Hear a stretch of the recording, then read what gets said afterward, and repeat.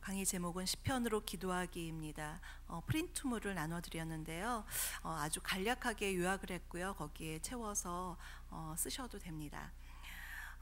보통 시편은 우리 성도님들이 참 좋아하는 성경입니다. 1편, 또 23편 많이들 암송하고 짧아서 6절밖에 안 돼서 짧아서 암송도 하시고 아주 좋아하는 성경이기도 합니다. 또 시편은 공적 예배 때 많이 사용이 됩니다. 저희가 찬송가 뒤에 있는 그 교동문을 예배 때 함께 읽는데요. 시편은 그 교동문이 전체가 137개인데 시편이 무려 그 반 66개나 됩니다. 거기다가 절기 시편, 그러니까 절기에 관련된 교동문까지 다 하면 거기에도 시편들이 들어가 있거든요. 그렇게 생각하면 우리가 공적 예배 때 굉장히 많은 시편을 함께 읽습니다. 이렇게 시편은 개인적인 묵상뿐만 아니라 공적 예배 때도 참 많이 쓰이는 아주 중요한 성경입니다. 오늘 이 시편으로 기도하기의 특강의 주제에 따라서 제가 어떤 것을 강의할까 하다가 여기에는 어떤 시편의 구조적인 분석이나 그 내용의 양식에 대해서는 제가 다루지 않고요. 이 시편을 가지고 어떻게 우리가 묵상할 것인지, 시편은 좋은 기도의 모범이 됩니다. 어떤 분들 저 기도할 줄 몰라요 이렇게 얘기하시는 분들에게 시편을 읽어보라고 그렇게 우리가 권할 수가 있습니다.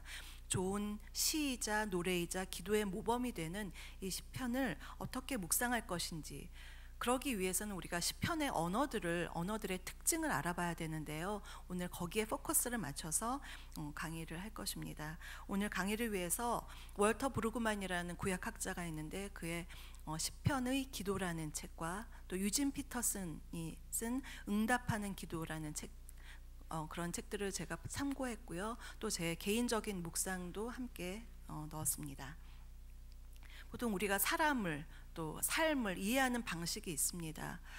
내가 직접 체험하는 것이 있고요. 또 사람을 이해하기 위해서 우리가 신문을 보면 이렇게 살아가는구나. 또 문학 서적을 읽기도 하고 그렇게 해서 사람을 이해하지만 또 한 가지 방법은 시편을 보면 사람을 이해할 수가 있습니다. 종교개혁자 존 켈빈은 뭐라고 얘기했냐면 시편은 영혼의 해부학이다. 즉 그 뜻은 영혼에 메스를 대서 모든 부분을 메스를 댄 해부학처럼 이 시편에는 인간 내면의 여러 가지 감정이 고스란히 드러나 있다고 얘기했습니다. 그 안에는 고통과 비애, 또 공포, 의심, 희망, 불안, 걱정, 환난, 우리의 삶과 그렇게 동떨어진 단어들이 아니죠. 이 시편에는 그러한 것들이 고스란히 담겨져 있기 때문에 우리 영혼의 해부학이라고 그렇게 이야기했습니다. 시편은 오랜 기간 동안 수집이 되었고요. 편집이 바벨론 포로 이후까지 그렇게 차곡차곡 편집이 되었고, 지금 이 시편이 편집된 이후에도 수천 년이 지났지만 아직도 우리가 시편을 보면서 은혜를 받는 것은 이것은 예나 지금이나 공통의 인간의 내면적인 면들을 다루고 있기 때문입니다. 그러면 이 시편을 먼저 알아보기 전에 우리 인간들의 삶이, 우리 믿는 자들의 삶이 어떠한지 제가 그 프린트물에도 써놨는데요. 한 3가지로 나눌 수가 있습니다. 첫 번째는 안전한 평정의 때, 평안한, 별일 없는, 우리가 이러기를 바라죠. 평안한 삶을 주시옵소서. 평안한 때의 삶이 있습니다. 하지만 이런 때는 위대한 그런 기도나 아주 절실한 찬양이 막 흘러나오지는 않죠. 그냥 평안하고 좋으니까. 그리고 두 번째가 있는데요. 매우 혼란한 상태입니다. 우리의 평안을 위협하고 깨뜨리는 어떤 사건들이 나오고요. 그래서 우리로 하여금 절박하게 하나님을 부르도록 하는 그런 때가 있습니다. 예를 들면 결혼이 실패해서 이혼을 했다라던가, 또 직업을 잃었다던가, 경제적인 어려움을 겪었다던가, 또 암 같은 또 그런 중한 질병을 진단받았다던가, 또 사람들의 어떤 비난의 말, 비난 섞인 전화나 카톡 이런 거 받으면 막 감정이 확 뒤집어지는 그런 것을 경험합니다. 또 외로움, 또 따돌림 당함, 또 이런 전쟁의 두려움 같은 이런 모든 상황들이 혼란한 그런 상황들입니다. 세 번째는 놀랍게 새 환경에 적응하는 때입니다. 이것은 첫 번째 그냥 안전한 별로 아무 일 없는 일본의 그런 삶도 아니고요. 이런 때는 이번에 그 혼란스러운 상황을 겪은 사람이 오직 나를 구원하실 분은 하나님밖에 없다는 그 절박한 기도 가운데 하나님을 만나고, 그런데 하나님을 만났는데 주변 상황은 하나도 변하지 않았는데 새로운 환경, 새로운 눈이 뜨이는 그러한 시기입니다. 그래서 이 시기는 2번, 3번의 그러한 경험을 통해서 시편 기자의 아주 날카로운 기도와 그 시들이 나의 것으로 그렇게 적용이 되고 아주 공감이 되는 때입니다. 그래서 이러한 3번의 때는 억압당하며 거의 멸망하고 죽게 되었는데 하나님의 생명으로 새 생명이 주어지고, 이로 인해서 권능을 입은 사람이 다시 기도와 찬송의 탄성이 그렇게 흘러나오는 때입니다. 이렇게 믿는 자의 삶을 세 가지로 나누어 보았는데요, 우리가 실제적인 우리의 삶을 이해했다면 이제 이러한 삶을 사는 우리가 시편, 좋은 기도의 모범이 되는 시편으로 어떻게 다가갈지 그 언어적인 특징을 한번 알아보겠습니다. 첫 번째로 시편의 언어는 일상의 언어와는 다른 언어, 제가 거기에 놀람과 과장의 언어라고 그렇게 써놓았죠. 우리가 평소에 이야기하는 일상의 언어들은 굉장히 일차원적인 언어들이 많습니다. 그냥 효용 중심적이고 별로 열정이 없고 존재하는 것을 그냥 얘기하는 그러한 언어입니다. 예를 들면 오늘 예배 끝나고 점심 같이 뭐 먹을까요? 이렇게 얘기하죠. 현금 영수증 주세요. 이렇게 우리 1차원적인 언어에는 감정이 섞이지 않습니다. 뭐 먹을까요? 이렇게 얘기하지 않죠. 그런 1차원적인 언어와는 다르게 시편의 언어는 존재하지 않는 것을 있게 합니다. 표현되지 않은 것을 가지고 존재하도록 오히려 창조하도록 만듭니다. 그런 시편의 언어는 굉장히 생생한 언어인데 좀 애매한 표현들도 참 많거든요. 그래서 시편을 읽으면서 우리가 창조적인 언어를 좀 볼 수 있고요, 또 놀람의 언어를 경험하기도 합니다. 제가 거기에 예를 들었는데요, 굉장히 혁명적인, 좀 귀에 거슬리는, 저희 보통의 크리스찬들이 듣기에는 귀에 거슬리는 그런 예도 있습니다. 제가 첫 번째 예, 시편 3절 7절에서 주께서 나의 모든 원수의 뺨을 치시며 악인의 이를 꺾으셨나이다. 하나님께서 원수의 뺨을 치셨다, 이를 꺾으셨다. NIV 성경을 보니까 이를 break예요. 부서뜨리는 그런 하나님, 굉장히 과격한 그런 단어들이 쓰여 있죠. 그런 놀라운 그런 언어입니다. 또 한편으로 보면 과장의 표현들이 많습니다. 거기 예에서도 보면 시편 22편 14절을 보면 나는 물같이 쏟아졌으며 내 모든 뼈는 어그러졌나이다. 또 시편 42편 3절 내 눈물이 주야로 내 음식이 되었도다. 분명히 된장찌개 먹었을 텐데 그렇게 먹고 나서 또 시편을 보면서 내 음식이 주야로 내 눈물이 주야로 음식이 되었다, 이렇게 고백할 수가 있죠. 또 내 원수가 종일 나를 삼키려 한다, 원수를 짐승에 삼키는 모양으로 그렇게 설명을 했습니다. 이러한 여러 가지, 또 야훼는 왕이시다, 분명히 미국과 영국과 각각 나라의 대통령, 총리 다 있는데 하나님께서, 야훼께서, 여호와께서 왕이시다, 그렇게 선포하는 그러한 모습들 우리가 시편에서 이렇게 볼 수가 있습니다.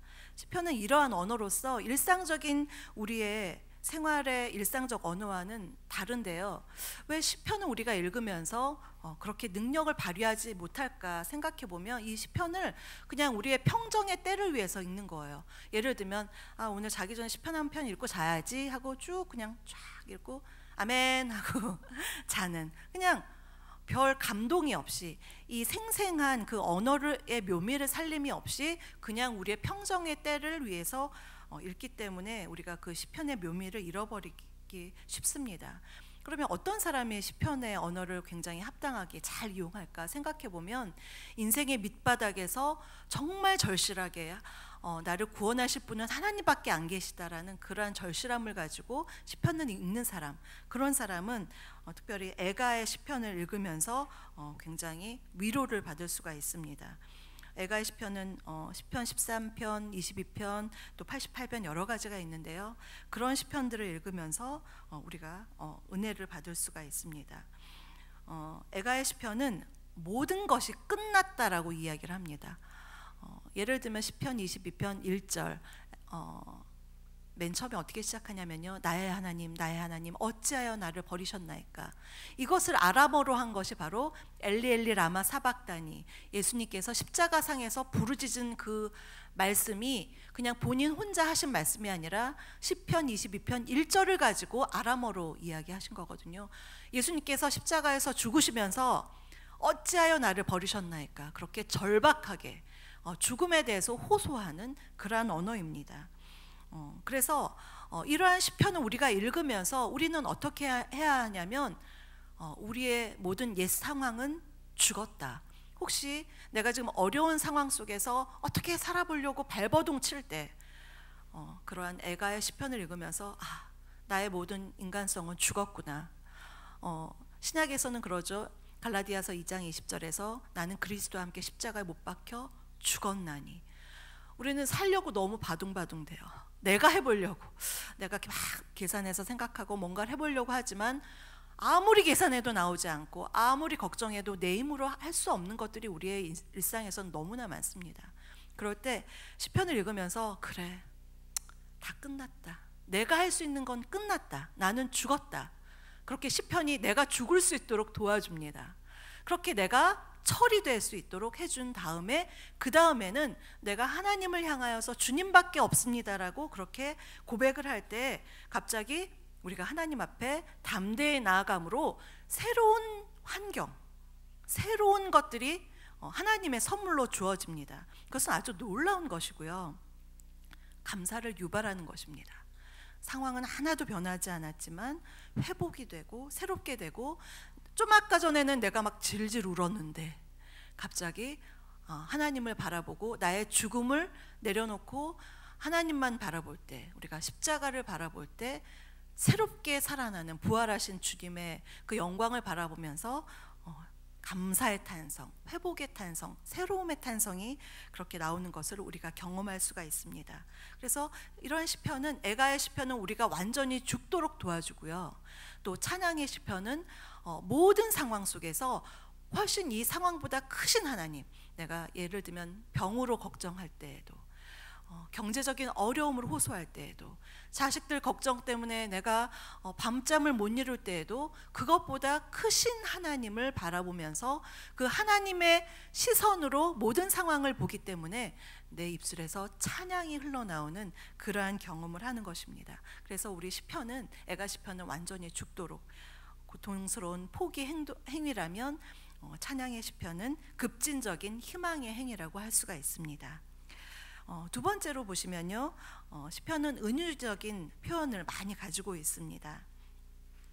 여기 프린트물 보시면 여호와는 나의 목자시니, 우리 시편 23편 1절 나와 있고요, 또 여호와는 나의 반석이시요 나의 요새시며 나의 바위시요 나의 방패시요. 네, 시편 18편 2절에서 이렇게 하나님을 고백하고 있습니다.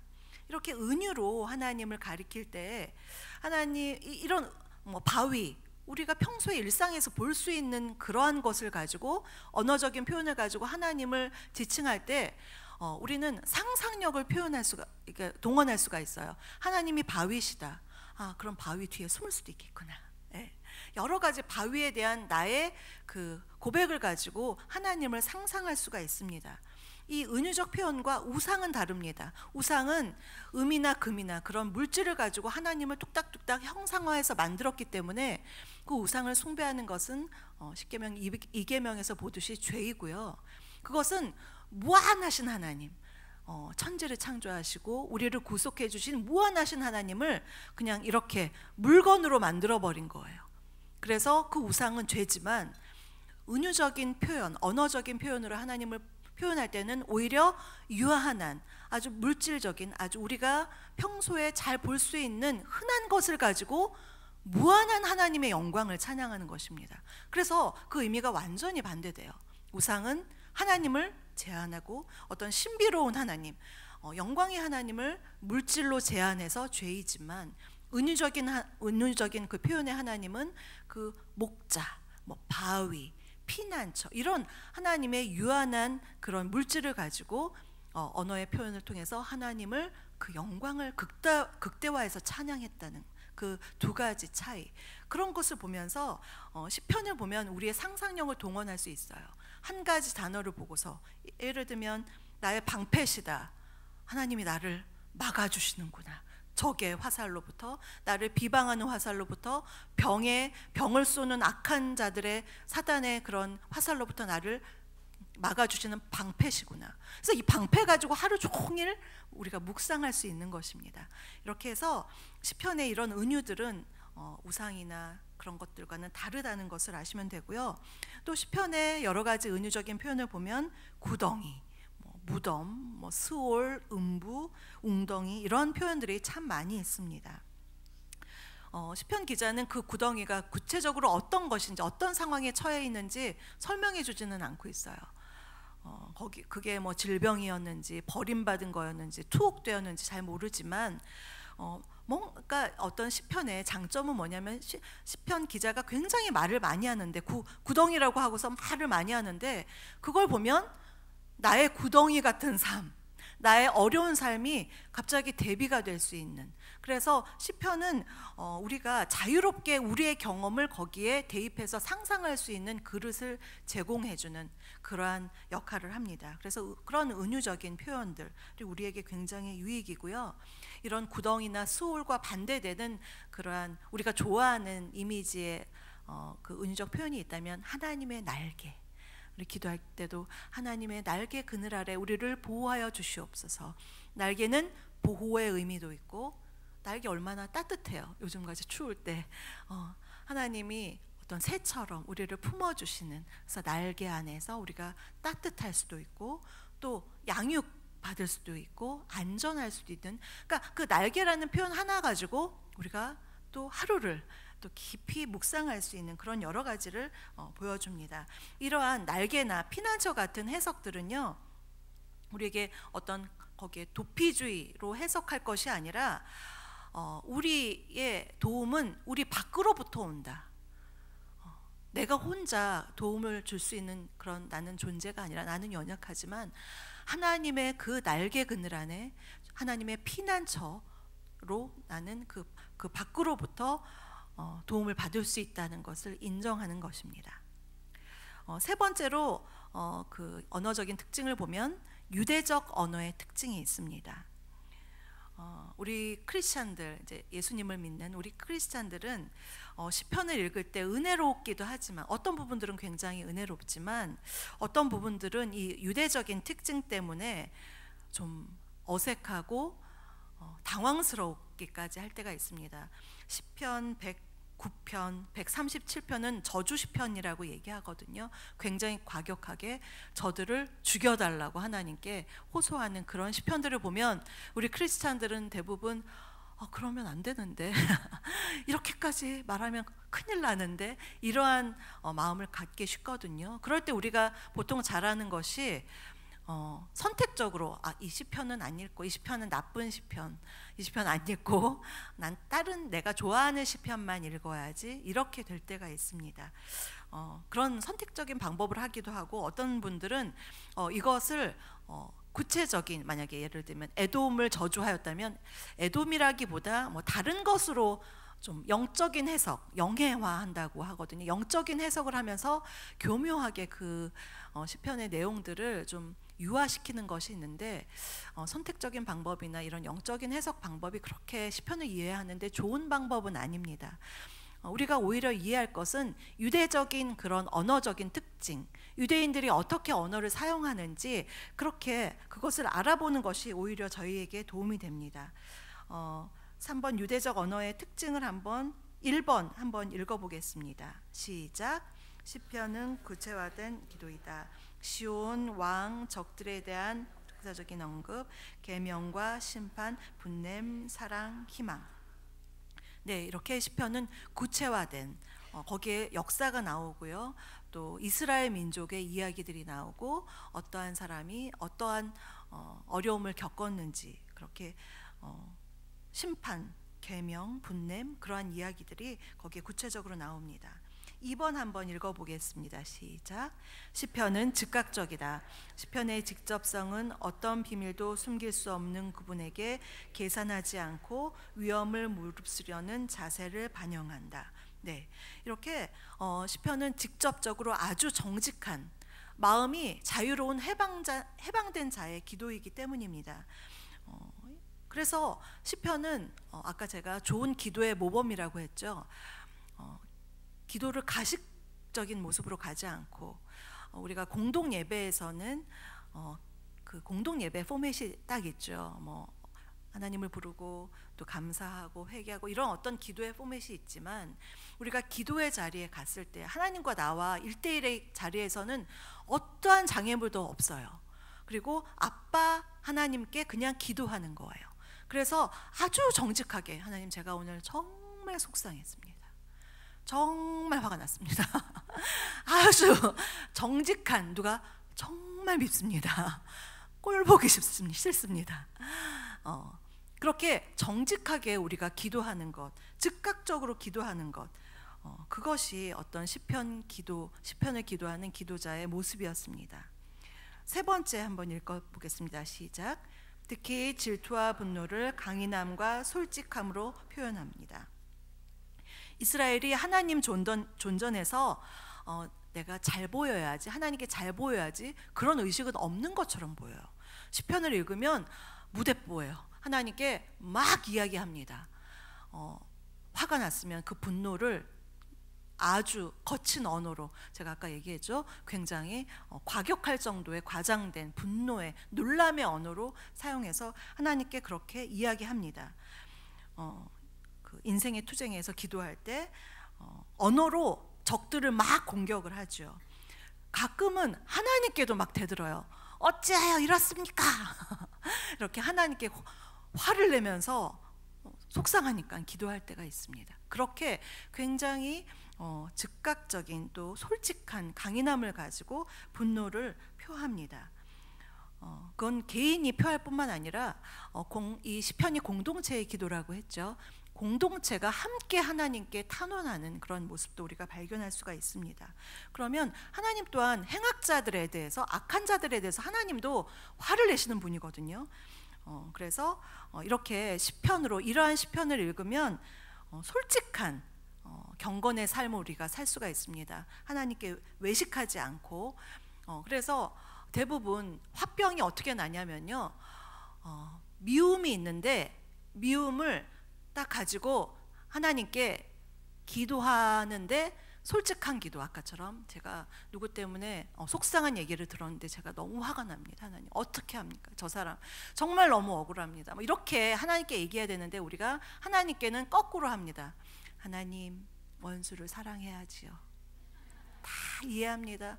저 남편 사랑할 수밖에 없지요 했는데 마음으로는 미움이 계속 있어요. 그래서 그게 차곡차곡 쌓이다가 화병이 나거나, 소극적인 분은 화병이 나거나 우라통이 터지는 분은 이제 전화를 해서 딴 사람한테, 딸한테 전화해서 너희 아빠가 왜 저런다니 막 다른 사람하고 수근수근. 이게 건강하지 못한 방법입니다. 시편은 오히려 거꾸로 하라고 얘기해요. 하나님 앞에, 하나님 아빠 하나님, 아버지 하나님께 우리의 그 속상한 마음을 다 이야기하라고 합니다. 하나님 어떻게 할까요? 그렇게 해서 얘기하고, 시편을 읽으면서 또 얘기하면서, 그러면서 아까 어떻게 했죠? 우리가 얘 자아가 죽어야죠. 제가 못 고칩니다. 제가 말로 하고 잔소리하고 잔소리를 10번을 했는데도 안 고쳐지고 제가 우라통이 터집니다. 하나님이 해주세요. 하나님께 넘겨드립니다.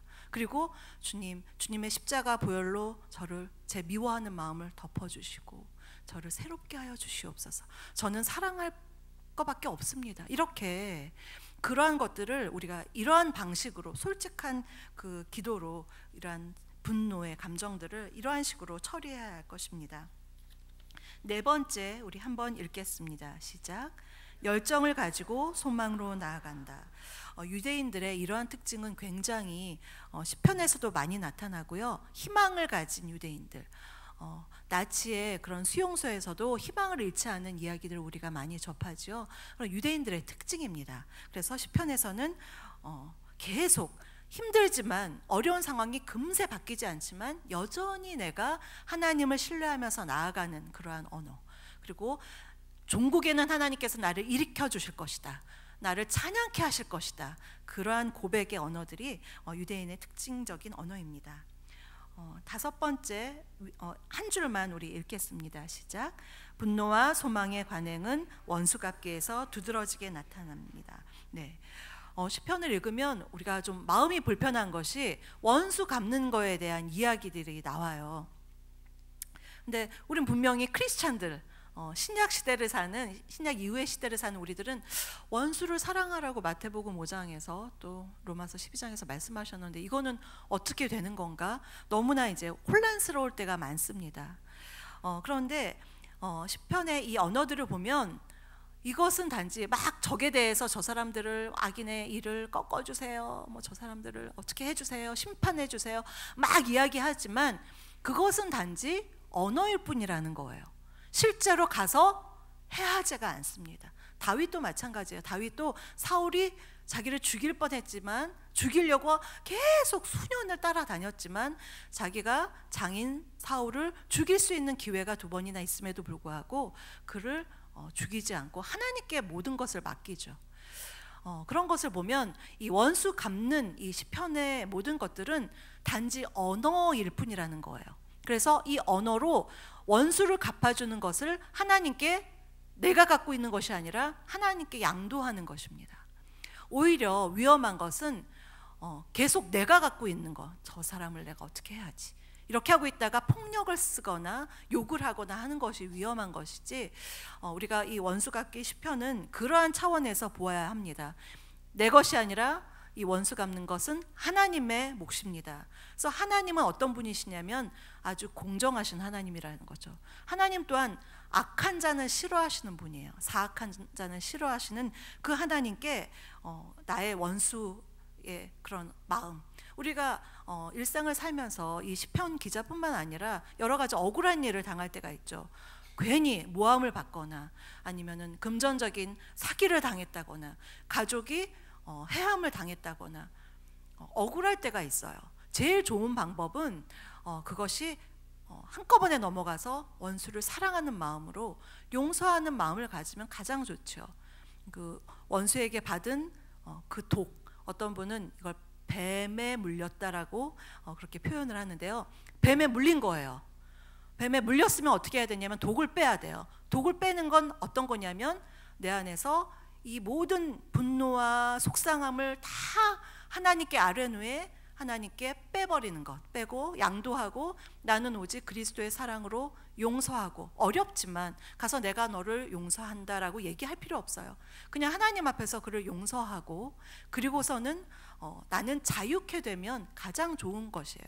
이게 그래서 가장 좋은 길은 그냥 곧바로 용서가 되고 곧바로 원수도 사랑할 수 있으면 가장 좋은 차원이지만 대부분 우리가 큰 어려움을 만나면 그렇게 되기가 쉽지가 않습니다. 그럴 때 우리가 시편을 보면서 이 시편 기자도 이러한 구덩이에서 이러한 절규로 하나님께 탄원하면서 기도했구나, 그것을 이해하면서 함께 시편 기자와 함께 이 원수에 대해서 악한 감정을 하나님께 표현하는 거예요. 이럴 때는 시편을 큰 소리로 읽는 거죠.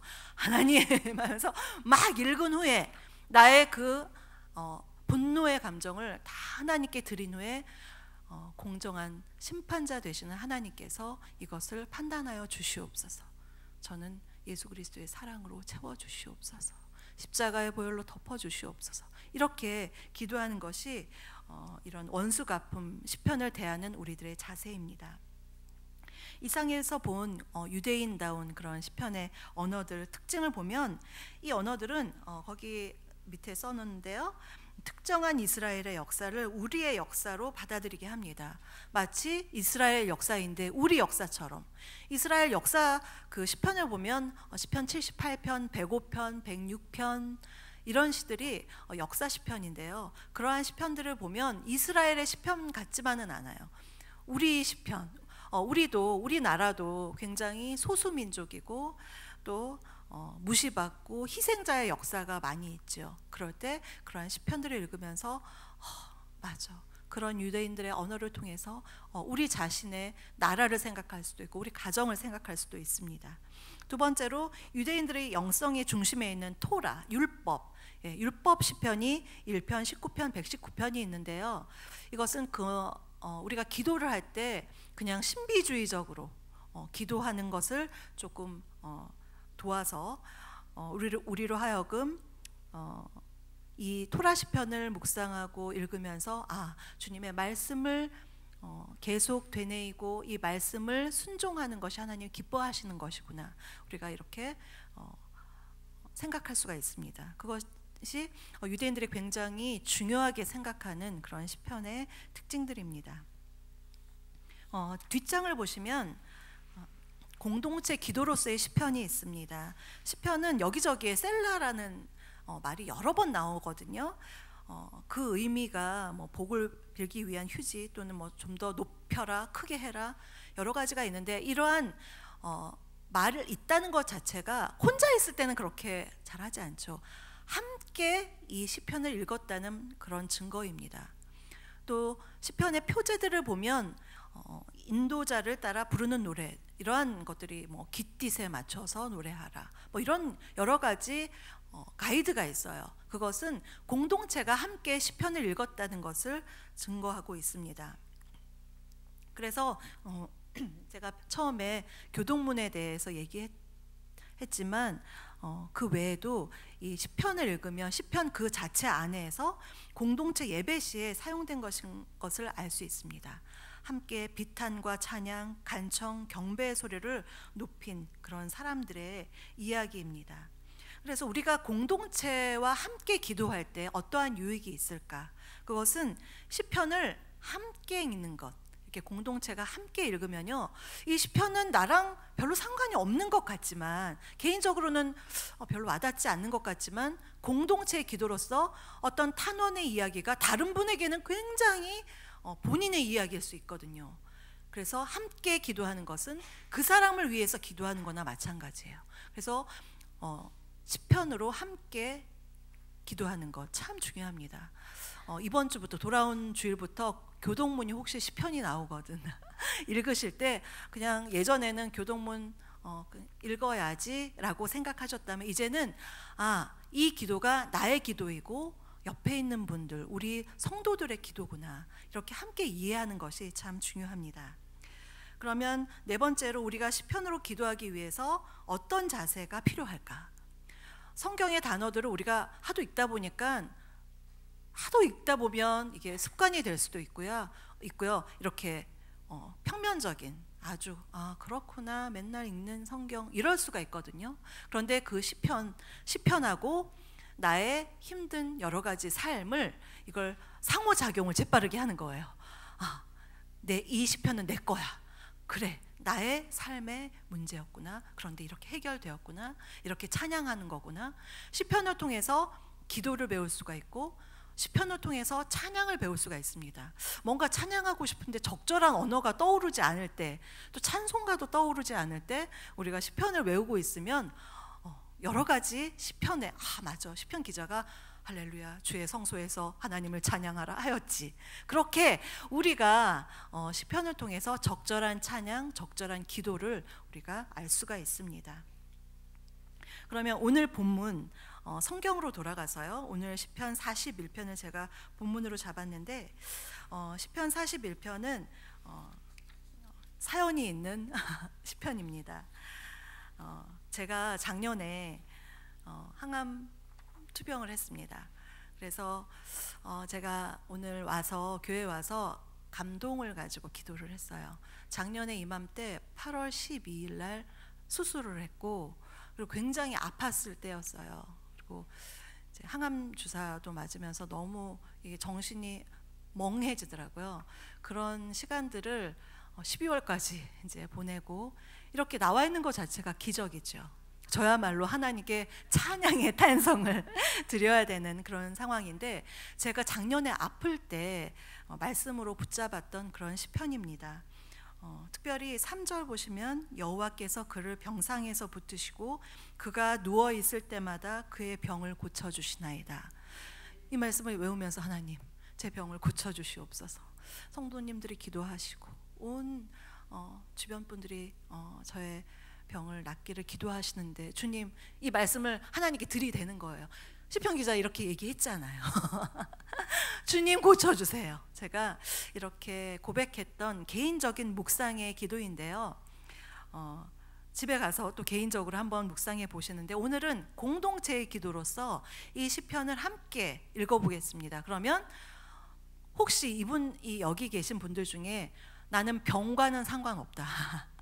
또 여기 중간에 보면 억울한 악한 자의 말 때문에 억울한 그런 마음 나는 괜찮다. 아까 그 삶에 아주 안전하고 평정한 삶이다 하시는 분이 계시겠지만 또 이 가운데는 병으로 고생하는 분도 있고 또 우리 믿음의 성도 가운데 또 병상에 계신 우리가 중보하는 집사님도 계시고 그런 분들을 생각하면서 우리 공동체의 기도는 그분들을 주님께서 도와주시라는 탄원의 기도가 되거든요.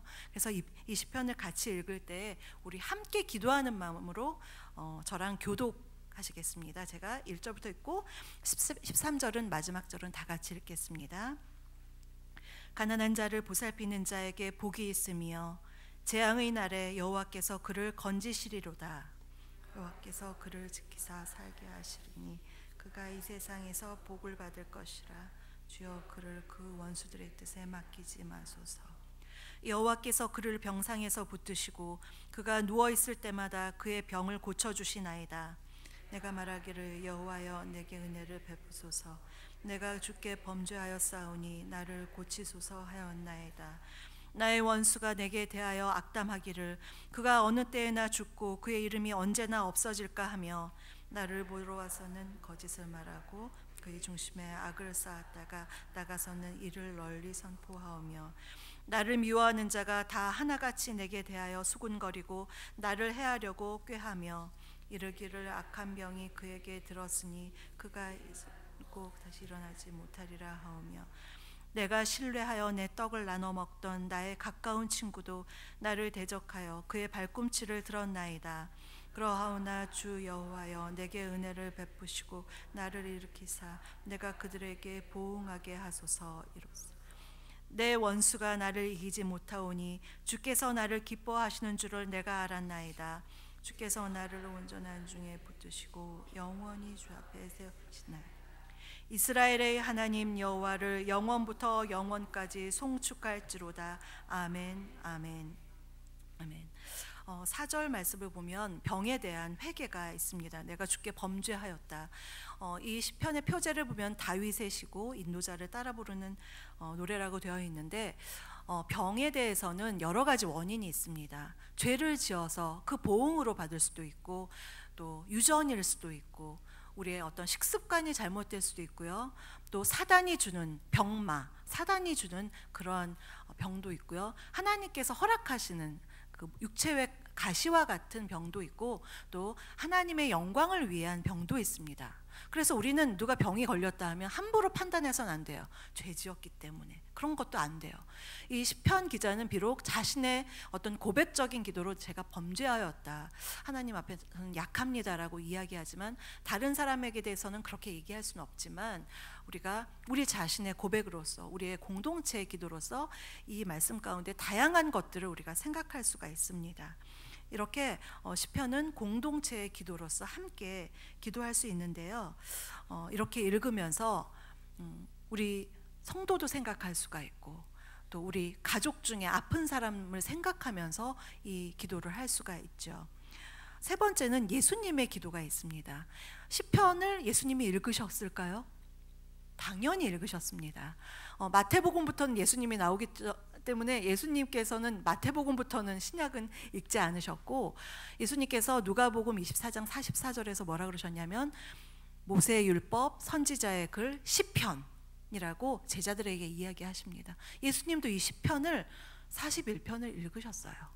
그러면 우리가 시편을 읽을 때 여러 가지 1편부터 2편부터 1편 예수님도 이 율법을 묵상하셨구나. 2절 예수님이 너는 내 아들이라 내가 너를 낳았도다. 예수님 메시아 시편이구나.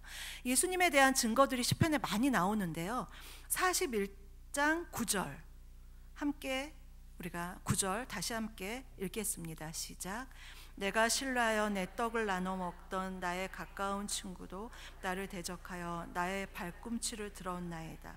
이 시편은 요한복음 13장 18절에서 예수님이 잡히시기 전날, 그 십자가에 달리시기 전날 제자들과 만찬을 하시죠. 그때 하신 말씀이에요. 시편을 들어서 이게 누구냐면 가룟 유다. 발꿈치를 들었다는 건 대적한다. 예수님께서 그렇게 3년 동안 함께 다녔는데 나의 가장 가까운 친구, 그렇게 신뢰하던 자가 나를 대적했다. 동물들이 주인에게 발꿈치를 들었다, 그렇게 표현하는 거거든요. 그 주인을 몰라보는 것, 오히려 그 은혜를 망각하고 대적하는 것을 발꿈치를 들었다라고 그렇게 표현을 하는데요. 이 시편을 쭉 읽으면서 예수님이 이 시편을 암송하셨고 그렇게 제자들에게 말씀하셨구나, 우리 생각할 수가 있습니다.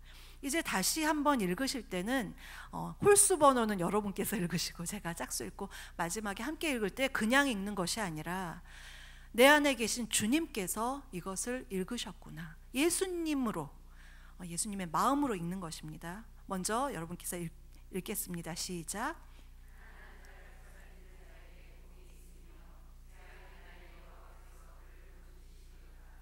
여호와께서 그를 지키사 살게 하시리니 그가 이 세상에서 복을 받을 것이라.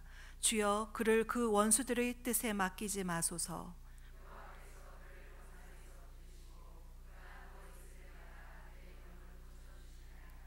내가 말하기를 여호와여 내게 은혜를 베푸소서. 내가 주께 범죄하였사오니 나를 고치소서 하였나이다.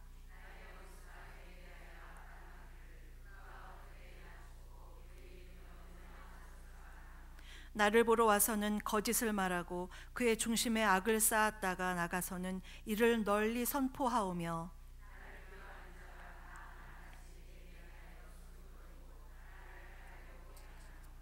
이르기를 악한 병이 그에게 들었으니 이제 그가 눕고 다시 일어나지 못하리라 하오며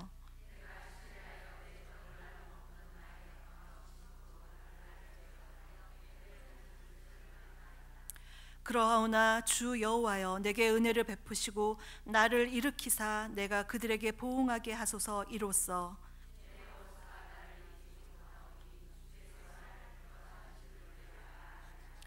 주께서 나를 온전한 중에 붙드시고 영원히 주 앞에 세우시나이다.